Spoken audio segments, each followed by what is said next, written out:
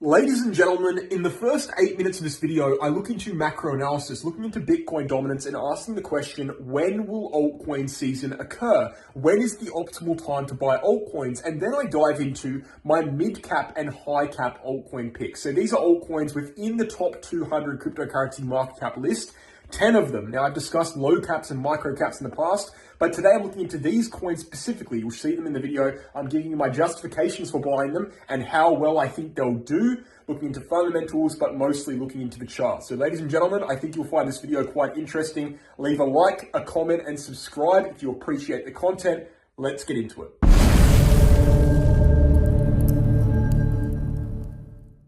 Guys, before we get into the content, if you're interested in trading altcoins on Telegram with trading signals and entering a VIP group chat on top of that, you can get the VIP membership through Telegram. The link is down below. We've got a PDF of all of the historical trading results there so you can make an educated decision. We've then got the BingX and BitGet exchanges. BingX is global non-KYC and BitGet is global KYC minus the USA. So take your pick depending on where you're from. They're both very low in trading fees. They're both hand-picked by myself, and they're also both never been hacked before, which is a great sign for an exchange because obviously you're trusting them with your money and you're trusting them to have a degree of security there to keep your money safe to some extent. And then finally, the bull market sale is currently active for the Become a Trader 10-unit course by the Crypto Academy. So if you want to learn how to trade, that's where you can do it. Check out the sale details. All of those links are down below. Now, guys, let's get into the content. So this video is specifically focusing on mid-cap and high-cap altcoins that are within the top 200 in the cryptocurrency market cap list. So I've done videos in the past. I've done specifically this video here, as you can see on the right-hand side of the screen. It was a 51-minute video, the longest video I've ever made, by the way, discussing 20 low-cap altcoins that I picked out. I did that video about a month and a half ago. So if you want, or about a month ago, I should say. So if you want low-cap altcoins, that's where you're going to find it in that video right there. And this video will be discussing 12 mid to high cap altcoins. So in total, I would have discussed about 32, I think about 34 in total, because I did another video previously, altcoins in this YouTube channel. So I've got a wide variety of altcoins, and I'm not really one of those people. Here's where we can get into the video a little bit without getting into the coins yet. I'll get into those in a second. We'll start out, as you can see, I've got them listed out, but I want to look at Bitcoin dominance first. I want to give you my kind of overall strategy so you have context to the decisions I'm making here. I'm not a believer in choosing 3 or 4 altcoins and putting massive amounts of money in them. I'm more of a believer in spreading your capital amongst dozens of altcoins, genuinely, because I don't think... look, I think once you've experienced a bull market properly, you will have experienced the pure sheer reality that at the end of the day, you can have great fundamentals on an altcoin. The altcoin can look perfect from all levels and it can still not succeed. The fact of the matter is, when it comes to altcoins, there is a large degree of luck. I always kind of make the reference that altcoin trading and investing is kind of like poker. You know, there's skill involved and there's definitely, you know, some things you can do to, you know, increase your probability of success. But at the end of the day, there is a large degree of luck involved. So it's not really gambling. There is, you know, you're making educated decisions, of course, but there is elements of luck. There's things you can't control. I've had coins in the past where I genuinely believe they have huge potential, and I genuinely believed they would have been, you know, coins that would have, you know, been in the top 50 easily, that failed miserably. And I have obviously the opposite occurred as well, where I had coins that I believed were going to be in the top 50, ended up in the top 50. You know, this is the reality with altcoin trading. You just can't have certainty, and you can't fall in love with any specific coin because it is bound to destroy you if you do. So I don't believe in falling in love with a select few altcoins and putting all your eggs in one basket or all your eggs in just a few baskets. I genuinely do believe in dozens of altcoins and just kind of spraying and praying. And so that means that I'm in a position in which I don't really care. My standards for coins are a little bit lower than some people would want. As long as I see a narrative for success and as long as the charts look okay, I'm happy to put a small amount of capital in. That's kind of my overall way I look at approaching altcoins, and I think overall, you know, that's going to be a successful strategy. You know, rather than, you know, putting your eggs in like 3 baskets and two of them fail and one of them underperforms, and then you've just kind of wasted the opportunity. You'd rather just get a few dozen, and obviously you can have ones that you've weighted more heavily, that you're more confident in, but at the end of the day, most of them are probably going to fail. As long as like 5 of them do well, you're fine. I genuinely think that's the best strategy. That's me personally. Other people disagree, that's fine, I don't care, but I'm on this YouTube channel giving you my opinions, and that's what I found to be the most reliable strategy in altcoin investing in a bull market. As for Bitcoin dominance, one of the reasons I haven't made many altcoin videos yet, I only started about a month and a half ago, and I have, given out a bunch of altcoins in these videos, and a lot of them have actually done very well from this video I posted a month and a half ago. And you can go watch that. You certainly should if you want low caps. This is kind of more altcoins that you might recognize the name of to an extent. Maybe some of them you won't.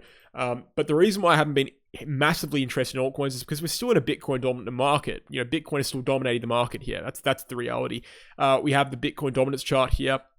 That shows you very clearly the Bitcoin strength, against altcoins. Obviously, there's exceptions, right? Obviously, there's altcoins that have outperformed Bitcoin. In fact, there's plenty of them, but on a generalized scale, which means generally speaking, okay, which is how you do macro analysis. Macro analysis is generally speaking, right? The exceptions don't make the rule in macro analysis. On a generalized scale, Bitcoin dominance has been rising in a vicious uptrend since August 2022, and it's showing signs of slowing down, which is why I've started making altcoin videos gradually, but it hasn't actually dropped yet, okay? So Bitcoin dominance is still up, which means we're still in a Bitcoin dominant market, which means we're not in an altcoin season right now. Now, will the altcoin season come soon? Probably. We are in a bull market and eventually it does end up coming. But right now, as of current, we're not in a altcoin season. And if we're looking historically, when does an altcoin season generally start? Well, the first drop down on Bitcoin dominance generally takes place in, the halving. But altcoin seasons rarely only start properly when Bitcoin breaches all-time highs. And it's actually a little bit after that as well. So, we're still probably are, a little bit far out from an altcoin season. We're certainly not there yet. But we have to monitor this chart and see how we go. But when this chart starts dropping massively, yes, I will start making very, very regular altcoin updates to the same extent of which I make Bitcoin updates right now. I'm talking daily or sub-daily. But right now, I just don't see it as an overly pressing matter. What I do see as a pressing matter is getting my altcoin picks on the table so you guys are aware of them. And obviously, that's what I'm doing here today. I'm not going to spend too much time diving into the fundamentals of each altcoin. I don't see it as necessary. I don't really see it as relevant. And I don't really care, to be frank with you. I've picked these altcoins for various reasons.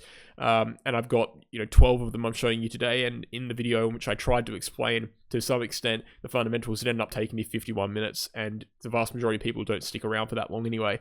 So the reality is what I'm going to show you is the coins I've picked, a few key reasons why I picked them, and move along just so we can get this video to a reasonable length. I'm only 6 minutes in here, 7 minutes in, so it's already taking a long period of time. But look, I'll start with the higher cap altcoins and I'll move down the list.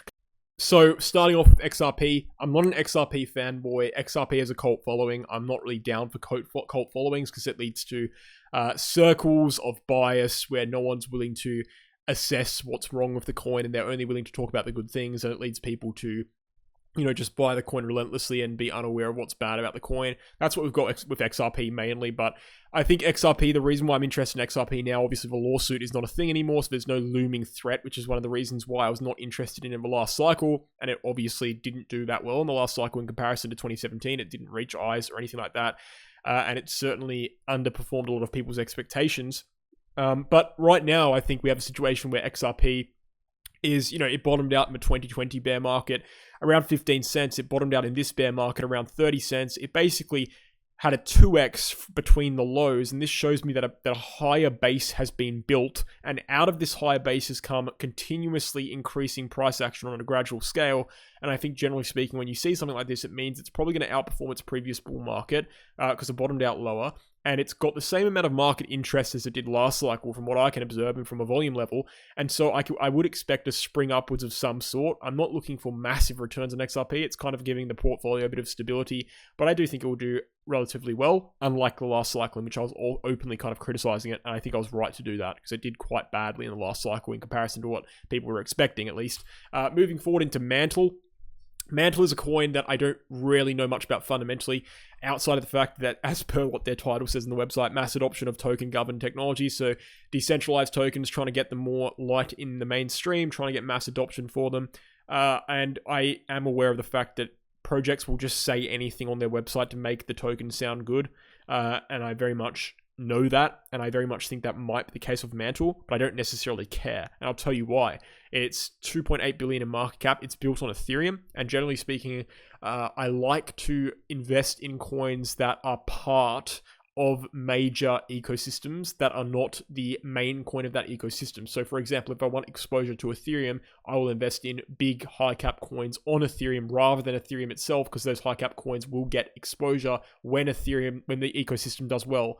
That money from that ecosystem pump will trickle down into the coins that are part of the ecosystem, right? So if we're confident Ethereum's going to do well, why would we invest in Ethereum? Why would we not just invest in bigger coins on Ethereum? That's what Mantle is. It's also a coin that came out in 2023. It's been around for a very short period of time. It's 3x from the lows in October. It's shown life, and it's new. And yeah, that comes with risks, right? We don't know where the resistance zones are, etc. But also new coins are generally the ones that do the best because they're the newest narratives. They're the freshest teams. The teams are ready to work. They've got fresh funding. That's where you get the vast majority of your gains from, the newer coins, but they obviously are higher risk as well. So Mantle I'm interested in. Theta Network is a coin I've talked about relentlessly. Theta is basically Web3 entertainment, live streaming, computer processing, CPU, selling CPU, stuff like that, essentially. So think about just a mix between Twitch, Xbox, and a Web3 marketplace, kind of all in one coin. That's kind of a broad definition of what Theta is. I like Theta a lot. I discussed it a lot in the last bull market. 100% circulating supply, very relevant still. We've had in the last 3 months a pump that has gone from around 60 cents to $2.30, and in the last 3 weeks, a pump that has kind of led the price to go 2.5x. Brilliant stuff on Theta. I discussed it a lot in the last bull market. I was a very big fan of it, and I made a lot of money on Theta in the last bull market, quite frankly. The only problem with Theta, in my opinion, is the fact that we didn't reach highs in the second half of the cycle. All the attention came from one singular pump in the first half of the cycle in the last bull market. Not of the cycle, or of the bull market, I should say. And that's a bit worrying because we did see the total cryptocurrency market cap and Bitcoin reach all-time highs in November. But by the time we reached all-time highs on Bitcoin and the altcoin market, Theta was down 50% from its highs, and it didn't see any secondary pump or anything like that. It was just a slow death after its original pump up to the top in April. That is a little bit concerning, but I'm not willing to take it as gospel. I do think Theta can still perform well, and I think the positive price action we've seen over the last few weeks is an indication that Theta still has life and still has a lot to give. Moving forward to Quant. Quant is an interesting coin. It's kind of working more on financial institutions, corporations, getting them involved in crypto and stuff like that. Getting involved in crypto marketing, getting them into the market in accessible ways, empowering an interconnected world, kind of that globalistic cryptocurrency approach you're kind of taking, where you're trying to go cross-border institutions and mass adoption, all these keywords they throw around 24/7, which don't really mean anything. They just kind of sound good. This is the problem with altcoin investing, right? As I said before, I think that altcoin projects have a very big tendency to just mislead you with keywords, and then no one really understands what they are, but then they just buy anyway. And that's why I don't actually think it's the end of the world if the project's not really that good. As long as the charts indicate the project is good, it doesn't really matter what the reality is. The chart's still going upwards. That's the reality. We can look at Quant here. We can see it's not really a conventional coin. Did very well in the last bull market, but actually found its low in June 2022 instead of December or November. By November, it had already, basically gone up a 7x from its lows. So it's not a conventional coin. It doesn't follow regular market cycle. And that's why I'm not overly concerned by it not doing very well in the last few months while the rest of the market has. The rest of the market's done very well. Quant hasn't really moved that much. But Quant is not something that generally follows the rest of the market that well either. So this is a high risk, high reward scenario because we could see an entire bull market and see Quant do nothing. Alternatively, we could see Quant spring upwards out of nowhere because it didn't drop nearly as much as most altcoins from its peak to its low. So it's a bit of a risky one, but I think it's okay to have risky ones. And that's why I've got Quant in the bag there. Decentraland, moving on to the next one here. Decentraland is a coin that gained a lot of traction in the last bull market because Meta was a thing, metaverse. You saw Facebook rebrand to Meta, and you saw that whole euphoria going around between Sandbox and Decentraland. I personally am picking Decentraland. I don't necessarily think Decentraland will go back to new all-time highs. I think that even if it goes to something like $2 or $2.20 or $1.50, somewhere in that price region, I'll be happy. remember, guys, I'm not looking at 10x's for these kind of coins here. I'm looking at a solid 3, 4, 5, 6x, and I'll be happy. My 10x's, my 100x's, my 50x's are going to come from my lower cap coins. Decentraland, as you know, is kind of metaverse, kind of, you go to art galleries, you buy NFTs with your VR character, you go to casinos, you do online gambling, you go to music events with all the other characters there. It's kind of that 2021 narrative. It was very popular in 2021. And it's shown life again. I'm not willing to say it's going to be huge, but it's definitely shown life. It's gone upwards from its base of 26 cents to 66 cents, close to a 3x. So it's proven that it's still alive. It's still moving along. Currently, as of today, the market cap is 83. So 83 on the market cap list, and the volume is 48. So it has got a bit of life. It's not a dead coin by any means. And as I said, do I expect it to do what it did last cycle? Not necessarily. I think there will be projects that have come out that are perhaps giving a lot of competition to that space now that perhaps weren't there in the last cycle. But I do still think it will do relatively well. And if it doesn't, I'm fine with that. But right now, we're moving on to the next one. Pancakeswap. Everyone knows what that is, right? It's a kind of decentralized exchange similar to Uni, except it's built on Binance, on BNB, on Binance Smart Chain. And so it's basically Uni for Binance Smart Chain, and if you don't know what it is, you've probably not had a bull market before, because in the bull market, this is what everyone used to buy their micro caps and their low caps that weren't listed on major exchanges. Cake, I see no reason why it won't do good again. It's still just kind of lost the top 100 market cap list, but it's still showing signs of life. Again, it went upwards from $1.15 to around $3.60, more than a 3x, more than enough positive price action to assure that it's still alive to some extent. It's still being watched. Again, do I expect it to go to new all-time highs? Not necessarily. I'm not necessarily looking for that. As long as it does quite well, I'm fine. If it goes to, $25 or $20, I'm fine. That's still looking at, a 7x or an 8x. I'm fine with that. I do think it will still be relevant enough. Obviously there's tons of new decentralized exchanges now. Maybe it will be replaced. Maybe it won't be at the peak or the forefront of decentralized exchanges like it was in the last cycle with, Uniswap alongside it. But even if it's still somewhat relevant, it will do well, especially from these kind of price points. So I'm happy to have some investment in there. ONDO's a nice one, in my opinion. ONDO is brand new, came out a month and a half ago. Very similar to the marketing that Quant has. You've got things similar to Quant, and then you've also got extra things like investing in the US treasuries, investing in US dollar yield, investing in US money markets with crypto, which is quite interesting. I think it's been done before. I don't quite recall, but it's certainly interesting. It's got a professional kind of sleek interface. It's got its own, here we go, Flux is what it's called. This is where you get the investments. You were leaving ONDO Finance, it's fine. Let's move forward to Flux. You can see we've got the lending, borrow, markets, history, forum, governance, documents, all these kind of things. You've got the yields right here. And you can scroll down and find everything connected to MetaMask. It's just a quite a sleek, nice, kind of giving access from cryptocurrency to more traditional market kind of things, like yields, like money markets, stuff like that. I think also just the fact that it came out a month and a half ago, the fact that it's had pretty good volume for something that came out a month and a half ago. The only problem with this coin, in my opinion, is the circulating supply. I'll be watching that very closely to see if there's any dramatic increases in it. I'm not really finding too much information on how rapidly that should be increasing, but if I look at the chart right now, if I look at the chart for the last month, for example, I don't see any signs of rapidly increasing circulating supply. It seems pretty normal to me. But if I do see signs of that, I will pretty much be getting out of this coin straight away. So we'll have to wait and see there. But I think ONDO has a good chance of doing quite well, considering the fact it's a new coin, focusing more on traditional markets, especially in a market environment which ETFs have just been approved. You're going to have those kind of coins do quite well. Moving forward to Audius. Audius is, imagine, Spotify, but for crypto. That's all it is. Spotify for crypto. Playing on the idea that artists specifically, get underpaid massively on Spotify. They don't really have control of the way their music is marketed or advertised, or, control of, everything's free on Spotify, right? So they get paid a very small percentage of commission based on streams, whereas you can actually sell your songs. You can sell your albums in a more traditional manner, and perhaps that's actually a bad thing. Perhaps that's going to lead to a failure of marketing, but it didn't seem to be the case in 2021. And I don't think the music industry is going anywhere, and I don't really see much competition in the crypto space for these kind of things. So I think Audius is still kind of leading its industry within crypto for kind of music and giving better access to marketing and financing and, you know, payments for artists. You've got people like Deadmau5, Skrillex, Matt Ox is a rapper. I don't know any of these other people. I guess Diplo, I know. You know, relatively big artists on there. I don't know to what extent they're involved with Audius. I don't know if they're, you know, got stake in Audius or anything like that.